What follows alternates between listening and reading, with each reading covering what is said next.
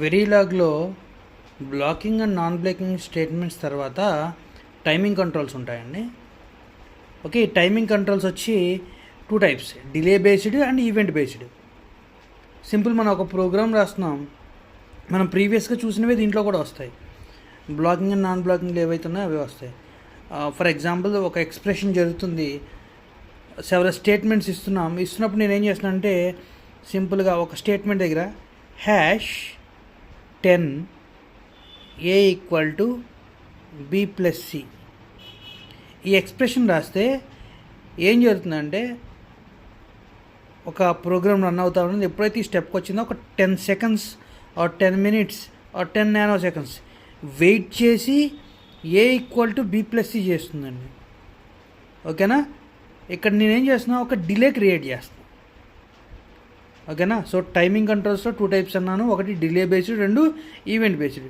Delay based ఏం జరుగుతుంది, డైరెక్ట్గా నేను ఒక టైం మెన్షన్ చేస్తున్నాను విత్ హ్యాష్ ముందు పెట్టి తర్వాత టైం పెట్టాలి. మనం 5 అనుకుంటే 5, 10 అనుకుంటే 10, మనం ఏదనుకుంటే అది పెడితే ఏమవుతుంది, ఆ స్టేట్మెంట్ అనేది 10 seconds వెయిట్ చేసి ఎగ్జిక్యూట్ అవుతుంది. బట్ ఈవెంట్ బేస్డ్లో ఏమవుతుందంటే, ఫర్ ఎగ్జాంపుల్ ఈ స్టేట్మెంట్ కంటే ముందు నేను ఒక మనం ఎలాగో బిహేవియర్లో ఉన్నాం కదండి, స్టార్టింగ్ ఎలా వస్తుంది, ఆల్వేస్ కానీ ఇనీషియల్ కానీ వాడాలి. ఇప్పుడు నేను ఆల్వేస్ వాడతాను. Always @positive clock.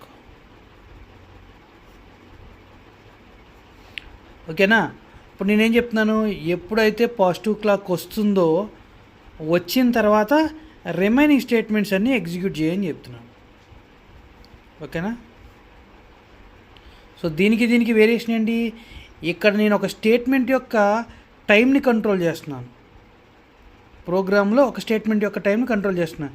ఇక్కడ ఏం చేస్తున్నాను, ఈ స్టేట్మెంట్స్ అన్నీ ఒక బ్లాక్లో పెట్టి ఆ బ్లాక్ అంతా రన్ అవ్వాలంటే నేను పెట్టిన ఈవెంట్ ఏదైతే ఉందో ఇది ఓకే అయితే కానీ రన్ అవ్వకూడదు. ఇవి మీకు ఎక్కడ వస్తాయండి, ఫ్లిప్ ఫ్లాప్లో వస్తాయి. జేకే ఫ్లిప్ ఫ్లాప్స్ కానీ ఆర్ఎస్ ఫ్లిప్ ఫ్లాప్స్ కానీ. అక్కడ ఏమవుతుంది, మనం పాజిటివ్ ఎడ్జ్ కావాలా, నెగిటివ్ ఎడ్జ్ కావాలా, పాజిటివ్ ట్రిగ్గరింగ్ కావాలా, నెగిటివ్ ట్రిగ్గరింగ్ కావాలా, ఎడ్జా, అవన్నీ ప్లేస్ చేసుకుంటాం కదా.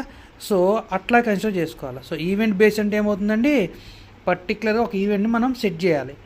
ఇక్కడ ఏమవుతుంది, డిలే బేస్లో డైరెక్ట్గా #5 కానీ, ఫర్ ఎగ్జాంపుల్ ఇది రన్ అయినప్పుడే ప్యారలల్గా #5 c = d + a అని సమ్ ఎక్స్ప్రెషన్ ఇచ్చా. సో ఈ 10 seconds అయిన తర్వాత ఇది రన్ అవుతుంది. ఇక్కడి నుంచి ఇక్కడికి వచ్చిన తర్వాత మళ్ళీ 5 seconds అయిన తర్వాత మాత్రమే ఇది రన్ అవ్వాలి.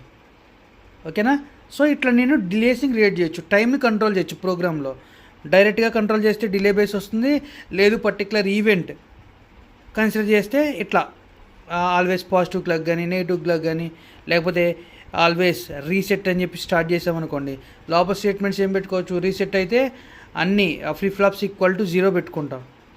ఓకేనా, అన్నీ క్లియర్ పెట్టుకుంటాం అంతే లిటరల్గా. సో ఇది వచ్చి టైమింగ్ కంట్రోల్స్. ఓకే, దీని తర్వాత మనకున్న స్టేట్మెంట్స్ వచ్చి కండిషనల్ స్టేట్మెంట్స్ అన్ని. అంటే ఇవన్నీ మనం ప్రోగ్రామ్ని ఇంప్రూవ్ చేయడానికి తెలుసుకునే విషయాలు. ఇవి ఆల్రెడీ మీకు సిలో వచ్చి ఉంటాయి. కండిషనల్ స్టేట్మెంట్స్ లేకపోతే లూపింగ్ స్టేట్మెంట్స్ ఇవన్నీ వస్తాయండి. మనం ఏం చేస్తున్నాం, బిహేవియర్లో ప్రోగ్రామ్ రాయడానికి తెలుసుకుంటున్నాం ఇవన్నీ. ఓకే, బ్లాకింగ్ నాన్ బ్లాకింగ్ తెలుసుకున్నాం, డిలేస్ ఎలా క్రియేట్ చేయాలో తెలుసుకున్నాం. ఇప్పుడు లూప్స్ అంటే కండిషన్ ఎక్స్టెన్షన్ ఎలా చేస్తున్నామో తెలుసుకుంటున్నాం, లూపింగ్ కాదు. ఫర్ ఎగ్జాంపుల్, నేను ఒక స్టేట్మెంట్ రాశాను, అప్పుడు ఏమవుతుంది, అది వర్కౌట్ అయిందనుకోండి రన్ అవ్వాలి. అది వర్కౌట్ అవ్వనప్పుడు ఏమవ్వాలి, ఎల్స్ అని చెప్పి నెక్స్ట్ ఇంకో ప్రోగ్రామ్కి వెళ్ళాలి. ఇవన్నీ మీకు సిలో వస్తాయి. ఫర్ ఎగ్జాంపుల్, ఇక్కడ ఇఫ్ అని చెప్పి కొన్ని స్టేట్మెంట్స్ రాసాం,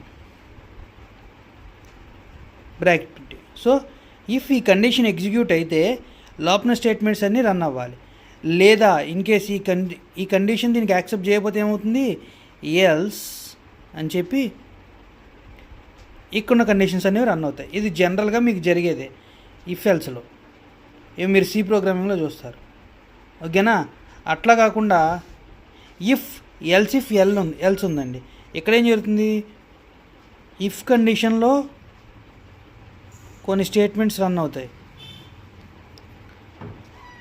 ఓకే, సో ఇక్కడ ఇచ్చిన కండిషన్ అనేది వర్కౌట్ అవ్వాలి. అప్పుడేం జరుగుతుంది, ఎల్స్ ఇఫ్ అని చెప్పి కంటిన్యూషన్ మళ్ళీ ప్రోగ్రామ్ రన్ అవుతుంది.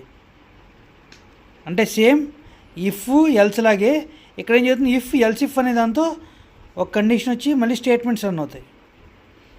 ఇన్ కేస్ ఇది కూడా వర్కౌట్ అవ్వకపోతే లాస్ట్లో ఏమవుతుందండి, ఎల్స్ వచ్చి రీప్లేస్ అవుతుంది.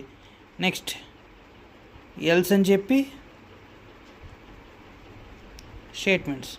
అంటే ఇది 2 స్టెప్ వెరిఫికేషన్ లాగా, ఇది 3 స్టెప్ వెరిఫికేషన్లా జరుగుతుంది. ఓకేనా. అంటే ఒక కండిషన్ ఇచ్చాం, అది ఓకే అయితే స్టెప్ రన్ అవుతుంది, లేకపోతే ఎల్స్కి వెళ్ళి మిగతా స్టెప్స్ రన్ అవుతుంది. ఇది ఇఫ్ ఎల్స్ కండిషన్లో. రెండో కండిషన్ ఏంటండి, if else if else. If condition okay accept అయిందనుకోండి, ఇక్కడితో ఓకే. యాక్సెప్ట్ అవ్వకపోతే ఎల్స్ ఇఫ్కి వెళ్తుంది, ఈ స్టేట్మెంట్స్ అన్ని చెక్ చేసుకుంటుంది. ఇది కూడా యాక్సెప్ట్ అవ్వకపోతే ఎల్స్లోకి వచ్చేసాం, రిజల్ట్ అనేది మనకి ఇస్తుంది. సో మనకి కండిషనల్ స్టేట్మెంట్స్లో 2 రకాలు ఉన్నాయి, if else, if else if else. ఓకేనా. ఇవి 2 మేజర్ అండి. వీటి తర్వాత కేస్ స్టేట్మెంట్స్ ఉంటాయి, అవి కూడా చూద్దాం. ఫస్ట్ ఆఫ్ ఆల్ వీటిని ఒకసారి మీకు ఇచ్చిన టెక్స్ట్ బుక్లో, గవర్నమెంట్ ఇచ్చిన టెక్స్ట్ బుక్లో ఎట్లా ఇచ్చాడో ఎగ్జాంపుల్స్ చూద్దామండి. ఇప్పుడు మీరు చూస్తుంది టైమింగ్ కంట్రోల్లో డిలే బేస్డ్ కంట్రోల్ అండి. ఫర్ ఎగ్జాంపుల్ ఇక్కడ సమ్ కోడ్స్ అనేవి ఎగ్జిక్యూట్ చేశారు. మనకి మెయిన్ స్టెప్ వచ్చి ఇక్కడ చూడండి, #5 seconds సిగ్నల్ అవుట్ 1 bit 1 అన్నాడు. అంటే 1 bit బైనరీ 1 అండి దీని మీనింగ్. ఓకేనా. వాడు ఏం చెప్తున్నాడు, assign 1 bit 1 to the signal out. Signal అవుట్పుట్కి 1 bit 1 అనేది ఇమ్మంటున్నాడు. అంటే ఏం లేదు, సిగ్నల్ అవుట్ ఈక్వల్ టు 1. ఎప్పుడు రావాలి ఇది, ఆఫ్టర్ 5 units. అంటే ఆ యూనిట్స్ అనేది ఎందుకు ఇస్తారంటే నానో సెకండ్స్ అవ్వచ్చు, సెకండ్స్ అవ్వచ్చు, మీరు కన్సిడర్ చేసుకునేది. అట్లాగే ఒక 10 units అయిన తర్వాత ఏమంటున్నాడు, సేమ్ అదే సైన్ అవుట్లోకి 0 వాల్యూని సెండ్ చేయమని చెప్పారు.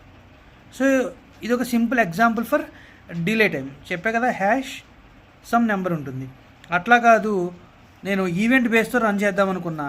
చూడండి, ఈవెంట్ బేస్ అయితే ఏమి ఇచ్చారండి, events to trigger the execution of code blocks. So నేను ఒక ఈవెంట్ని వాడతాను, దీని ద్వారా ఏం చేస్తాను, కోడ్ని నేను కంట్రోల్ చేస్తాను అంటున్నారు.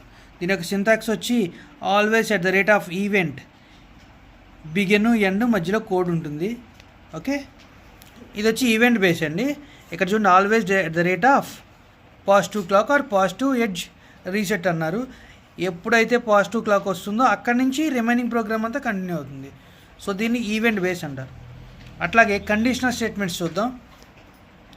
కండిషనల్ స్టేట్మెంట్స్లో ఇఫ్ ఎల్స్ ఉంది.